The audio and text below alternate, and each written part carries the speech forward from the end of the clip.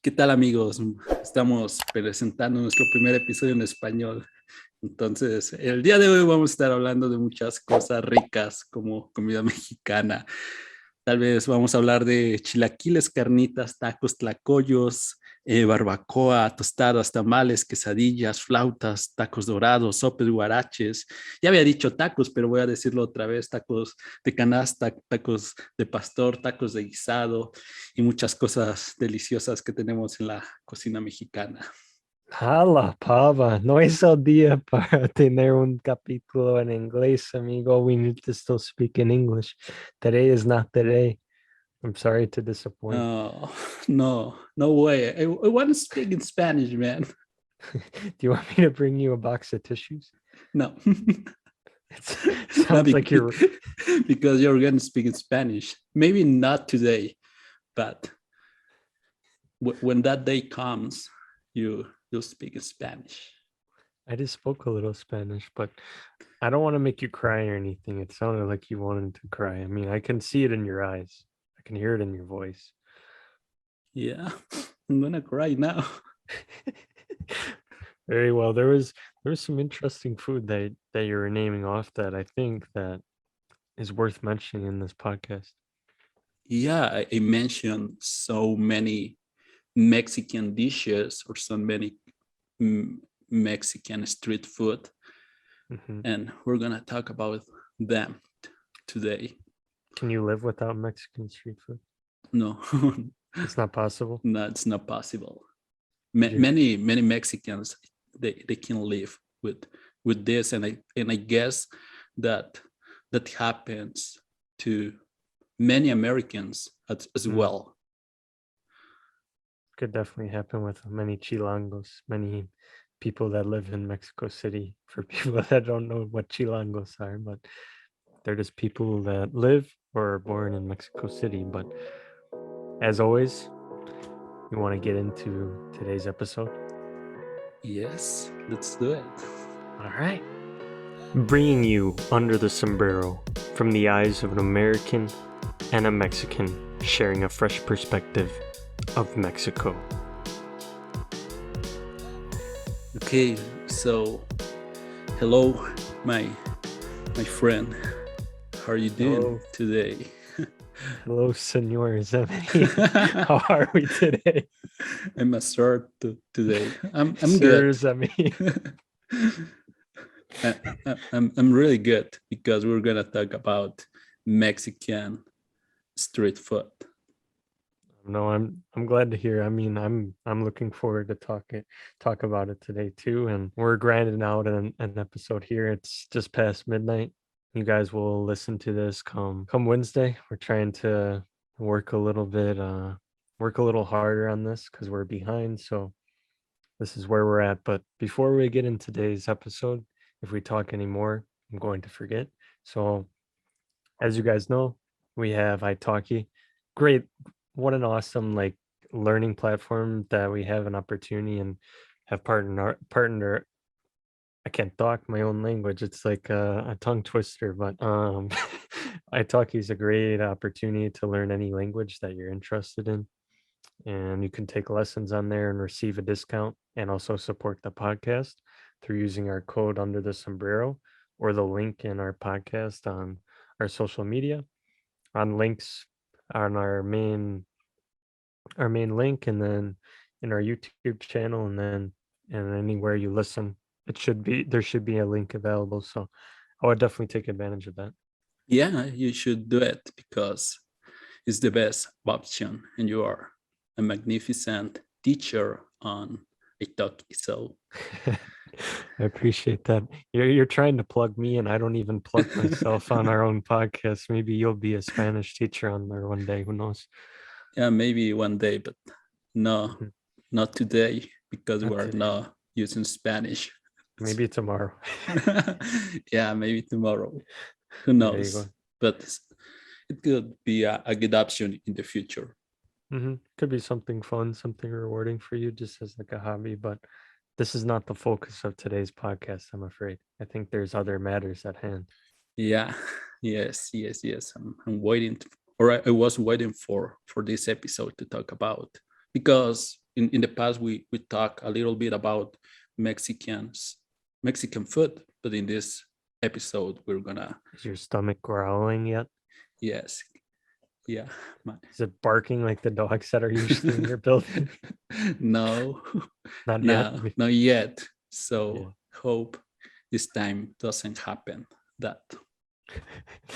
We'll see what happens, I guess. Maybe it'll just be your stomach this time, not the dogs. But like you were saying, like not so much detail, but we want to name like a lot of like street foods that are available inside of Mexico City. So I can't even, and you can't even oh, like just thinking about them right now is making me hungry about the amount of food, the amazing food we're about to share on this podcast. Yeah, so sorry for that, but I needed to do it. I needed to pronounce or to say many dishes, and I feel the same. My stomach is hungry now. I'm starving. Me too, brother. I understand that. Let's start kind of simple here. So we've talked about elotes and esquites a little bit on this podcast, and they're quite common to find in the streets now in Mexico City.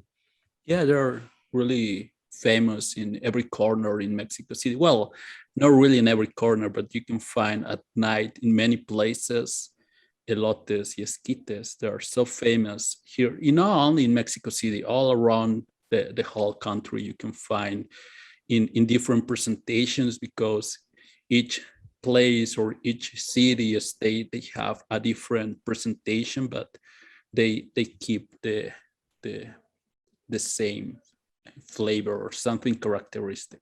Have you started liking these elotes and esquites yet, or do you still need more time? I mean, it's been quite a few episodes now, so maybe. No, Oh man, more again. time. More time. You knew I was gonna mention it to you. Yeah, well, I've tried last week and I did it. I really enjoyed them. So, Oh my lord! Somebody.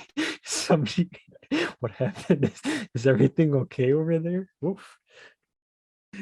yeah, so somebody heard elotes y esquites and they immediately got crazy because they said, oh, elotes y esquites, somebody's selling elotes y esquites in this building. So that's the reason. Oh And my lord! It almost sounds like they want to break down your door or something and come inside. yeah, it's somebody who's knocking at my door asking for elotes y esquites. Did you tell them to go home? We're trying to No, record no, this no. episode. I told them that wait for some minutes because I'm working on that. So give me just give me some time, because they can get the best esquites y elotes of Mexico City. And well, Mexico City is a place, or is a city that lives on its streets. It's widely said that where 75% of the population is on the street at least once a week. And I can prove that because many of my colleagues or my coworkers and me and I, we usually go outside for something to eat. And in your case, like how many times would you estimate that you're eating street food per week? Are you more than the one time a week kind of thing, or you hitting it like 3 or 4 times a week, my guy? Absolutely, maybe 3 or 4. It depends. Yeah, but at least 3 times a week. Mm. It's Are you not it's not the best for my health. I know Probably not. that it's probably not, but I try to balance what I'm eating, because sometimes I eat at home or something really healthy, but sometimes I prefer going for some tacos or quesadillas, sopes, guaraches. Well, take it Here I easy. go again. Yeah, I mean, you're like a broken record over there. But no, I can understand. Everything with a balance is a good thing in life, I think. So you kind of don't get maybe like how do we call it? So you're not a trompo de pastor or something. So you're not in the shape of that. If we could, I wish we could just pull up a picture in this podcast right now so you don't look like one of those. Yes, yeah, and I'm happy that you are using Spanish words. So that makes me really, really happy. And since you are not Mexican, and I know, or people who listen to this podcast, they know that you came to Mexico some time ago. I want to say that tourists who come to Mexico, they're constantly warned not to eat street food. Mhm. But don't get me wrong, I think they're missing out something incredible, because we have so many dishes or street food, for instance, tacos al pastor or blue corn quesadillas with zucchini flowers. I think that's the Mhm. name of. I don't know. I'm trying to translate some Spanish words into How's it? the English. Is flor de calabaza. That's Okay. the name in Spanish. I'm not sure on that one, honestly. Eh, I'm not sure because calabaza is like pumpkin, no? Yeah. Yes, you're right. Flor de So calabaza, pumpkin flower. Oy, oy. I don't know. I was curious before we went into this. Do you commonly like when you do eat like street food, will you eat it like in the morning, middle of the day, or later at night, or typically when are like the best times that you think are to go? well, in my case, I usually try street food in the middle of the day. Well, maybe after in the middle of the day, maybe afternoon or at nights. It depends, because there are some dishes that they're just prepared at night, so you can find Mhm. them in the morning or in the afternoon.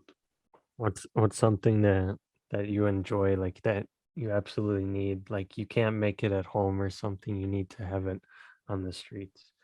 Definitely tacos de canasta. And here with us, there is an expert who's going to explain what tacos de canasta are or is. It depends. Hello, expert. Can you just say something about this? You're having a conversation with yourself or what? With you, with you. You said I'm going to explain what taco de canasta is, because I know a lot about this. And I said, okay, do it. Man, you're trying to make me sound like I'm arrogant or something. I No, don't like this. I love tacos de canasta. You know that for Lady sure. tacos de canasta? Maybe we can explain a little bit about that video, because here in Mexico there is a guy who dresses like a woman, or I don't know how to Exactly. explain that. You explained it perfectly. Okay, I'm the best guy explaining things. So, Are you that guy? but yeah, yes, I am, or I think so, because I saw the picture of you took some minutes ago, and it seemed like I'm a little boy, really little. Remember that I'm 89 years old, so nobody's gonna believe that I'm so old. You must be using some special night cream now or something. Yes. Yeah. I'm gonna cry. Me too, bro. I need some water. Yeah, Oh, but going back to Lady Tacos de Canasta is somebody who's dresses out like woman, but then she shouts out, Lady tacos de canasta. but in that really strong way. I can't scream too loud. It'll be a little. I might wake up the neighbors or something. It doesn't matter. You can do it. It's for the You can do podcast. it. You can do it. It's for It's the for the podcast. podcast. It's for the best of us. Oh my I'm lord! waiting No, for you. We what? can't continue until you. Lady tacos de canasta. Okay, all right. All right, perfect. But yes, Well, I love tacos de canasta. They are so really special. You can see people, they have a basket at the back of their bicycle, and they mhm, sell tacos de canasta in the morning, and maybe before 3 or 2 p.m. It depends, because sometimes they sell all tacos that they mhm, have in their baskets. But they're really famous in the south part of this city. mhm. This is before we start talking about like the different flavors of tacos de canasta, just for like a fun fact, and you can attest to this, and maybe we can put this photo with our friend Hector up, because he has a picture of tacos de canasta when he was in Tlaxcala. Yes, we can do that. And the really good thing of that picture is that tacos de canasta are from Tlaxcala, that Mhm. state of Mexico. That's why I think that picture is so incredible. It's the birth town of tacos de canasta. Yes, it is. The Why don't you live best there, my friend? place to have tacos de canasta. Sorry, Why don't, I didn't get you. What did you say? why don't you live there? It's your home food. It's your favorite food in the world. Yeah, Why but don't you live at the home, the motherland? sometimes, I bring that back to the Derek days. yeah, I live in other place. I don't live Okay. in Tlaxcala, so Mm-hmm. maybe later. Yeah, or maybe when I'm a Open rich your restaurant. guy, and so I don't need to work, and I can make money enough to buy a house in Tlaxcala and have tacos de canasta every single second of my life. You're gonna be a little gordito if you do that every day. It doesn't matter. It's worth it. Oh my goodness.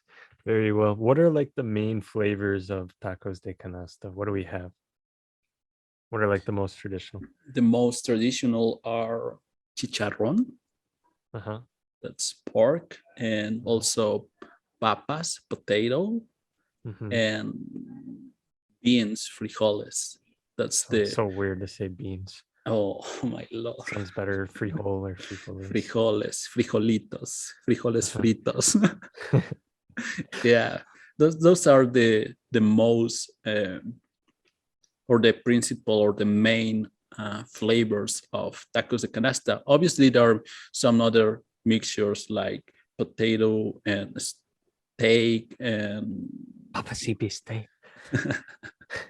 yes, and cochinita pibil. Oy, oy, oy. In La Ciudad, in Mexico City. Yes, in Mexico City and in Tlaxcala. I mean, we haven't really talked about this. I mean, Cochinita Pibil is going to make an appearance on this podcast at some point, but that's a very special dish to Yucatan. Yes, it's really special. I think in Yucatan or in the Yucatan Peninsula, they have a really different cuisine, a really different gastronomy, and there are many good dishes in that place. So maybe we can find a friend of us from that place, and they can explain a little bit, or they can explain about their food. No, I have a person. It's just a matter of coordinating the time.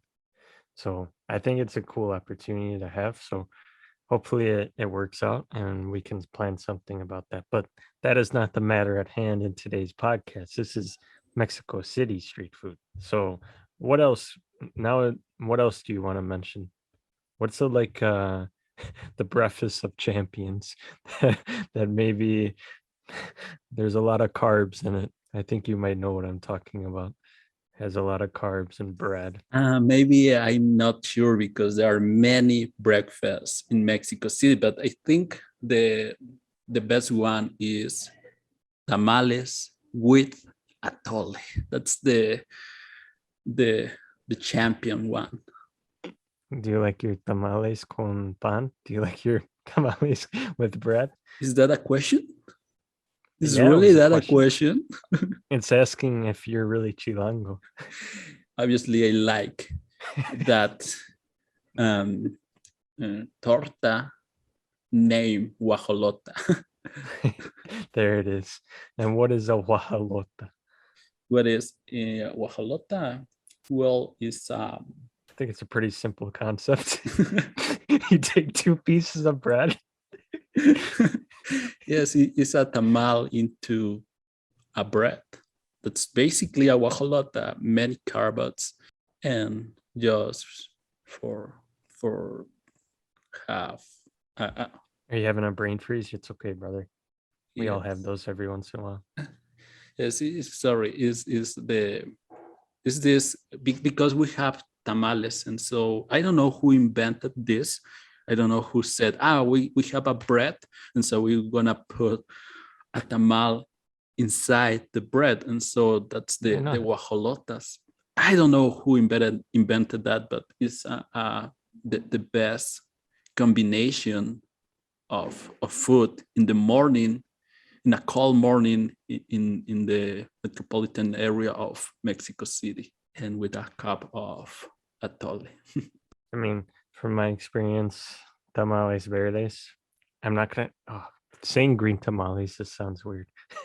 But tamales verdes, oof, they're very good to have. And if you are in Mexico City, it's a must to have some different types of tamales. Tamales verdes, tamales oaxaqueños, tamales Mhm. fritos. Do you know that we have deep fried tamal? I did not know that.